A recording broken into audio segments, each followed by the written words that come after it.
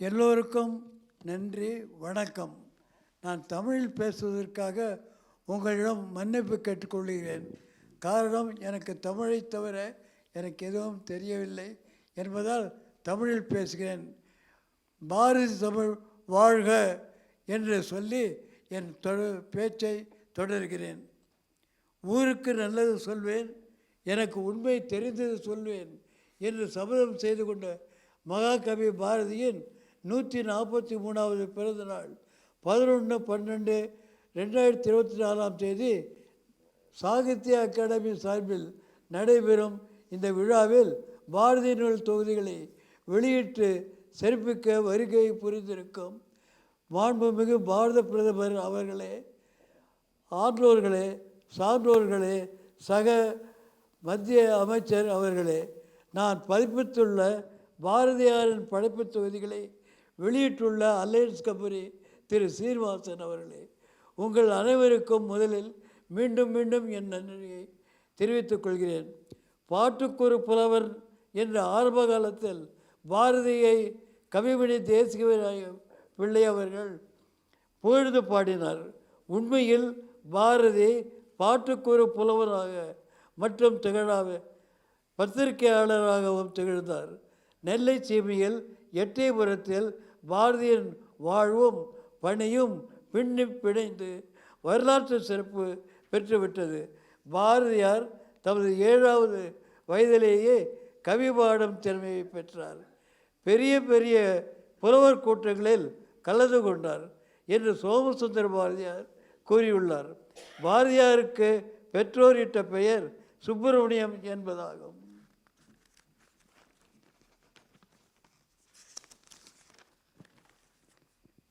சிறுவரான சுப்பிரமணியன் கவிதை பெருக்கால் பெரிதும் மகிழ்ந்து பாராட்டி சிவஞான யோகியார் அவர்கள் பாரதி என்னும் பட்டத்தை சூட்டினார். அன்று முதல் யோகியார் வழங்கிய பட்ட பெயரே நிலைத்துவிட்டது.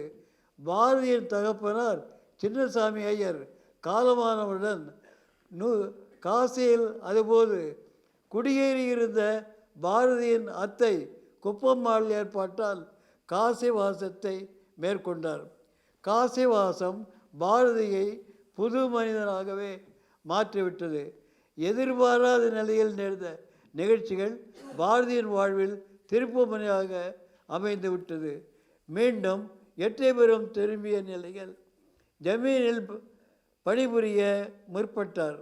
சில காலம் எட்டயபுர ஜமீனில் பணிபுரிந்த நிலையில் ஜமீன் வாழ்க்கை தமக்கு ஒத்து வராது என்று நினைத்து மதுரைக்கு வந்து சேர்ந்தார்.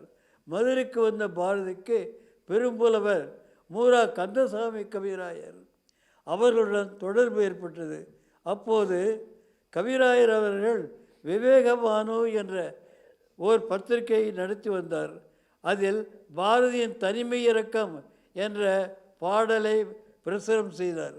இந்த நிலையில் பாரதிக்கு மதுரை சேதுபதி பள்ளியில் தமிழாசிரியராக பணிபுரிய வாய்ப்பு கிடைத்தது.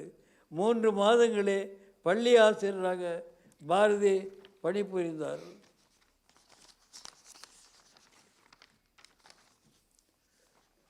எதிர்பாராத நிலையில் சுதேசமித்திரன் பத்திரிகையில் அதிபரும் ஆசிரியருமான ஜி சுப்பிரமணிய ஐயரின் அறிமுகம் ஏற்பட்டது.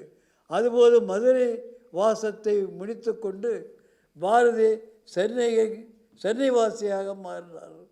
சுதேசமித்திரனில் வேலை பார்த்து கொண்டு பி. வைத்தியநாத ஐயர் தொடங்கிய சக்கரவர்த்தினி என்ற மாத இதழில் ஆசிரியராக பாரதி பணிபுரிய முற்பட்டார். பாரதியின் நுணுக்கங்களையும் தேசாபிமானத்தின் மகிமையையும் பாரதி கற்றுக்கொண்டார். அது முதல் பாரதி பொதுக்கூட்டங்களில் கலந்து கொண்டு தேசாபிமானத்தை பொதுமக்களுக்கு விளக்க முற்பட்டார்.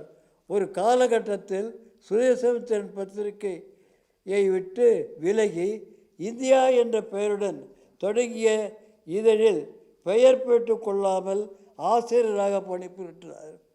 பாரதியார் தம் எழுத்துக்கள் மூலம் சுதந்திர தாகத்தை மக்களிடம் ஏற்படுத்தினார். இதனால் பாரதி பெயரில் வழக்கு தொடர்ந்ததுடன் அவர் பணியாற்றிய இந்தியா பத்திரிகை மீதும் பிரிட்டிஷ் அரசாங்கம் வழக்கு தொடர முற்பட்டது. இதனால் இந்தியா பத்திரிகை வெளிவருவது நின்றுவிட்டது. இதன் பின்னர் நண்பர்களின் ஆலோசனை ஏற்று பாரதி புதுச்சேரிக்கு சென்று விட்டார். சில மாதங்களுக்கு பின்னர் இந்தியா பத்திரிகை புதுச்சேரியிலிருந்து வெளிவர தொடங்கியது.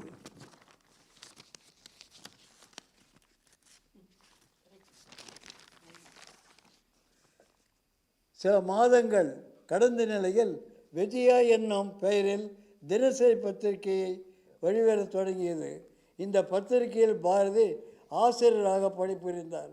பாண்டிச்சேரியில் வாசம் செய்ய முற்பட்ட காலப்பகுதியில் பாலபாரதா, கர்மயோகி, சூரியோதயம் ஆகிய பத்திரிகைகளில் பணிபுரிந்தார்.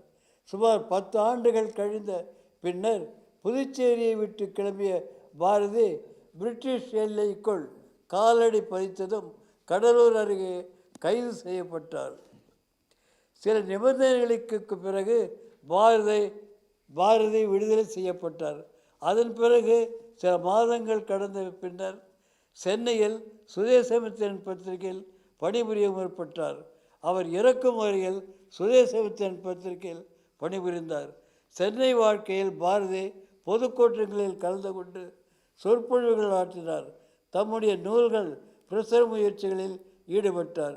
இந்த நிலையில் பாரதி வாழ்ந்த காலத்தில் திரு வி. கிருஷ்ணசாமி ஐயர், பரலீஸ்வரர் நெல்லையப்பர், சுதேசமித்திரன் புத்தக நிறுவனத்தார் ஆகியோர் பாரதி நூல்களை வெளியிட்டு ஆதரவு அளித்தனர்.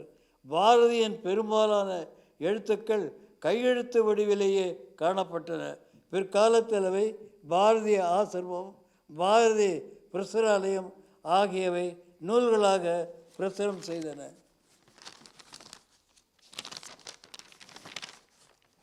பாரதியின் நூல்கள் தமிழக அரசால் பொது உடைமை ஆக்கப்பட்ட நிலையில் அவருடைய நூல்களை பற்பலர் வெளியிட தொடங்கினார்கள். என் அளவில் நானும் 1962 ஆண்டு முதல் தொடக்கத்திலிருந்து பாரதி தொடர்பான நூல்களை தொடர்ந்து பதிப்பித்து வருகிறேன். இன்றைய தினம் குறைந்த முறையாக 5 தொகுதிகளை பாரத பிரதமர் வெளியீடு செய்வது எனக்கு மிகுந்த மகிழ்ச்சியை அளிக்கிறது. சொல்லப்போனால் பாரத பிரதமர் அவர்கள் உள்நாட்டிலும் சரி வெளிநாட்டுக்கு சென்ற போதும் சரி பாரதியின் அருமை பெருமைகளை பேசி வருவது நம்மை மெய்மேலிருக்க செய்கிறது. பாரதிய அன்பர்கள் சார்பில் மீண்டும் மீண்டும் பாரத பிரதமருக்கு நன்றி தெரிவித்து கொள்ள நான் கடமைப்பட்டிருக்கிறேன். ஓம் வந்தே மாதவம்.